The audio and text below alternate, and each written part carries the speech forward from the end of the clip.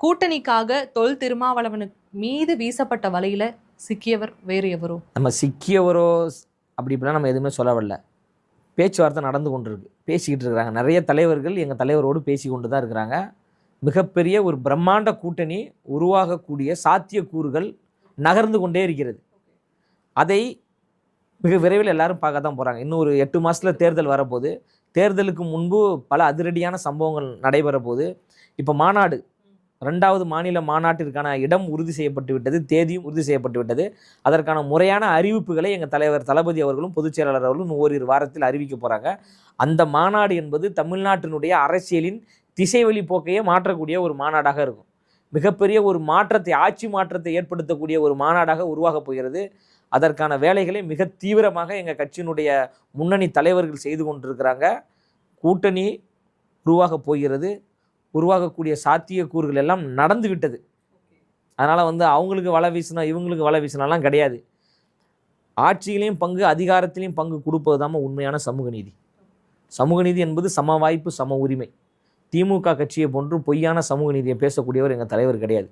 அவங்க மனசாட்சி தொண்டு சொல்லுங்கள். நான் ஒரு கேள்வி கேட்குறேன். விடுதலை சிறுத்தை கட்சியினுடைய உழைப்பு இல்லாமல், தியாகம் இல்லாமல், பிரச்சாரம் இல்லாமல், அவர்கள் ஓட்டு போடாமல், மதிமுகவினுடைய பிரச்சாரம் இல்லாமல், அவர்களுடைய உழைப்பு இல்லாமல், கம்யூனிஸ்ட் தோழர்களுடைய பிரச்சாரம் இல்லாமல், உழைப்பு இல்லாமல், அந்த தோழர்கள் ஓட்டு போடாமல் திமுக ஆட்சிக்கு வந்துச்சா? கிடையாது.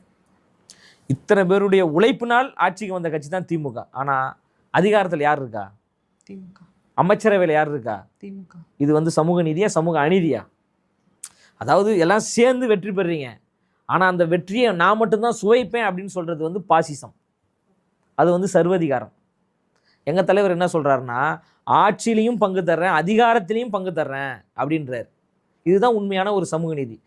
திமுகவிற்கும் தாவேகாவிற்கும் உள்ள வித்தியாசம் என்னன்னா, எல்லோருடைய உழைப்பையும் சுரண்டி கொண்டு தான் மட்டும் வாழ வேண்டும் என்று நினைப்பது திமுக.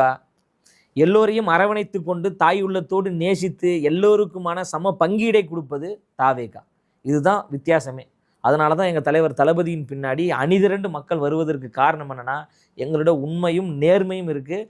உண்மையான ஒரு சமூக நீதியும், உண்மையான ஒரு சமத்துவத்தையும், பெரியார் கண்ட கனவையும், அண்ணல் அம்பேத்கர் அவர்கள் கண்ட கனவையும், ஐயா காமராஜர் அவர்கள் கண்ட கனவையும் நனவாக்கக்கூடிய ஒரு தலைவராக எங்கள் தலைவர் தளபதி அவர்கள் இருக்கிறாங்க.